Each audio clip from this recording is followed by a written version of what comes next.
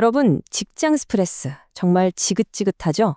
근데 이게 그냥 오늘날의 문제만이 아니라는 거, 그리고 그 해답을 아주 오래된 책, 바로 성경에서 찾을 수 있다면 어떨까요?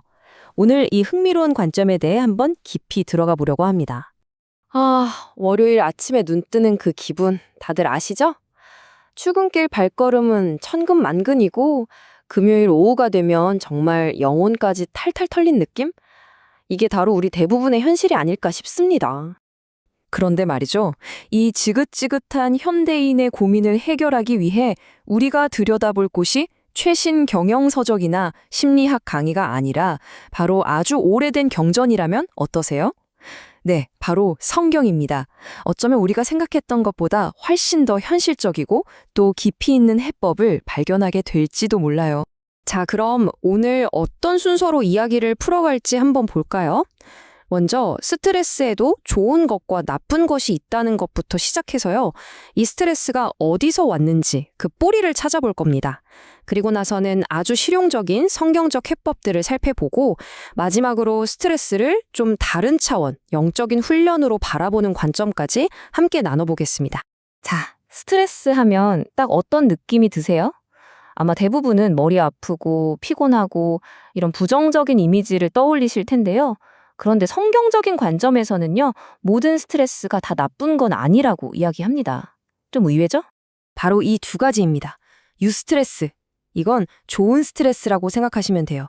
우리한테 뭔가 해보려는 동기를 주고 활력을 주는 그런 긍정적인 자극이죠. 예를 들어 창세기를 보면 하나님이 아담한테 에덴 동산을 돌보라는 미션을 주시잖아요. 그때 느꼈을 책임감, 어떤 목적의식 같은 게 바로 이 유스트레스에 해당한다고 볼 수 있어요. 근데 문제는 바로 이 디스트레스입니다. 이건 우리를 병들게 하는 나쁜 스트레스죠. 성경에서는 이게 죄의 결과로 나타난 고통이라고 말하는데요. 원래는 보람이 있었을 일이 끝도 없는 고역과 괴로움으로 바뀌어버린 상태를 말하는 겁니다. 그렇다면요, 우리를 이렇게 힘들게 하는 그 디스트레스, 이 고통스러운 스트레스는 도대체 어디서부터 시작된 걸까요? 왜 일이라는 게 이렇게까지 힘들게 느껴지는 걸까요? 성경은 그 원인을 아주 분명하게 이야기합니다. 바로 인간의 죄 때문이라는 거죠. 창세기 3장에 보면 이 죄로 인해서 땅이 저주를 받고 사람은 평생 수고를 해야만 먹고 살 수 있게 되었다고 나와요. 근데 여기서 정말 중요한 포인트가 있습니다. 일 그 자체가 저주가 아니라는 거예요. 일이 고통스러운 수고가 되어버린 것, 바로 이게 저주의 결과라는 거죠. 이 차이가 아주 중요합니다.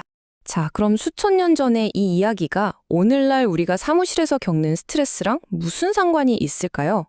놀랍게도요, 그 본질을 들여다보면 정말 똑같습니다. 한번 보시죠. 우리를 힘들게 하는 외부 요인들, 크게 보면 딱 이 세 가지로 정리할 수 있습니다. 첫째, 학대, 갑질이나 부당한 대우 같은 것들이죠. 둘째, 경쟁, 옆 동료랑 끊임없이 비교당하고 실적으로 압박받는 거예요. 그리고 마지막, 과로, 말 그대로 번아웃이죠. 어떠세요? 정말 너무 익숙한 단어들이지 않나요? 와, 전도서에 나오는 이 구절 좀 보세요. 내가 다시 해 아래에서 행하는 모든 학대를 살펴보았도다. 보라, 학대받는 자들의 눈물을 보로다. 그들에게 위로자가 없도다. 이게 수천 년 전에 쓰인 글이라는 게 믿어지세요? 마치 오늘날 직장에서 상처받는 사람들의 마음을 그대로 옮겨놓은 것 같잖아요. 이런 관계에서 오는 압박감과 서러움이 정말 오래된 인간의 고통이었다는 걸 생생하게 보여주는 대목입니다. 이렇게 외부에서 계속 스트레스를 받으면 결국 우리 안에서 문제가 터져나오게 됩니다. 그게 바로 욕구 불만, 질병, 그리고 분노라는 형태로 나타나는 거죠. 인정받고 싶은데 그게 안 되니까 좌절하고 이유 없이 몸이 아프기 시작하고 억울한 게 쌓이고 쌓여서 결국 분노로 폭발하게 되는 겁니다. 자, 그럼 이제 제일 중요한 부분이죠. 원인도 알았고 증상도 알았으니까요. 이제 해결책을 찾아봐야죠. 성경이 우리에게 스트레스 관리를 위한 아주 쏠쏠한 도구함을 선물해 주는데요. 한번 열어볼까요? 먼저 첫 번째 파트는요. 우리 내면을 다스리는 법입니다. 바깥바람이 아무리 세게 불어도 내 안의 중심을 꽉 잡는 방법들이죠. 첫 번째 도구는 바로 마음가짐을 바꾸는 거예요. 시편에 나오는 것처럼 내가 다 할 수 있어, 내가 다 통제해야 해 하는 마음을 좀 내려놓고 평안을 찾는 거죠. 두 번째는 기도입니다. 이게 뭐 거창한 게 아니고요. 그냥 내 힘든 마음, 무거운 짐을 혼자 끙끙 앓지 말고 솔직하게 털어놓는 거예요. 일종의 소통이죠. 그리고 명상을 통해 복잡한 머릿속을 좀 비워내고 마지막으로 말씀 묵상을 통해서 하나님의 위로와 지혜를 얻는 겁니다. 이 네 가지가 다 우리 내면을 단단하게 만들어주는 아주 중요한 과정이에요. 자, 이렇게 내면을 튼튼하게 다졌으면 이제는 우리의 몸과 관계를 돌볼 차례입니다. 왜냐하면 마음이랑 몸은 절대 따로 놀지 않거든요. 가장 먼저 대화입니다. 힘든 일 있을 때 혼자 끙끙 앓으면 병나잖아요. 믿을 만한 사람이랑 털어놓고 이야기하는 것만으로도 정말 큰 힘이 되죠. 다음은 휴식. 이건 정말 의도적으로 해야 해요. 예수님도 바쁘게 일하는 제자들한테 애들아 저기 가서 좀 쉬어라 하고 말씀하셨거든요. 쉰다는 건 게으른 게 아니라 다시 나아가기 위한 재충전의 시간이라는 거죠. 그리고 뭐 잠이랑 운동의 중요성은 말할 것도 없겠죠. 이건 기본 중의 기본입니다. 마지막으로 가끔은 훌쩍 여행을 떠나는 것도 좋은 방법이에요. 익숙한 곳을 떠나면 새로운 힘을 얻게 되니까요. 자, 그런데요. 성경에서 제안하는 스트레스 해소법 중에 조금은 이런 것도 있었어? 하고 놀랄 만한 게 하나 있습니다. 바로 술에 대한 이야기입니다. 좀 흥미없죠? 성경을 보면요. 시편에서는 포도주가 사람의 마음을 기쁘게 한다고 하고 디모데전서에서는 아플 때 약으로 좀 쓰라고도 해요. 물론 이게 술 막 마셔라 이런 뜻은 절대 아니고요.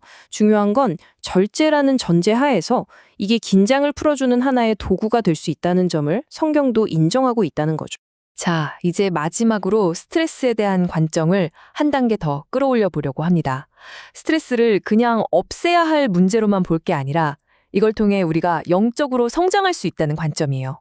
오늘 이야기의 핵심이 바로 이 문장에 담겨 있다고 생각합니다. 직장에서 받는 스트레스, 피곤해, 짜증나 하고 끝낼 게 아니라는 거죠.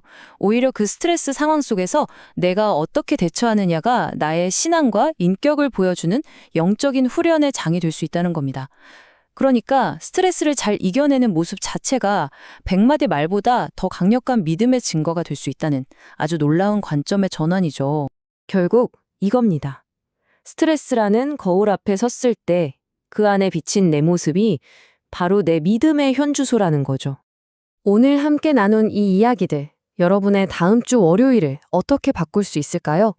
매일 마주하는 그 스트레스가 이제는 좀 다르게 보이지 않으신가요? 다가오는 한 주 어떤 마음으로 시작하시겠습니까?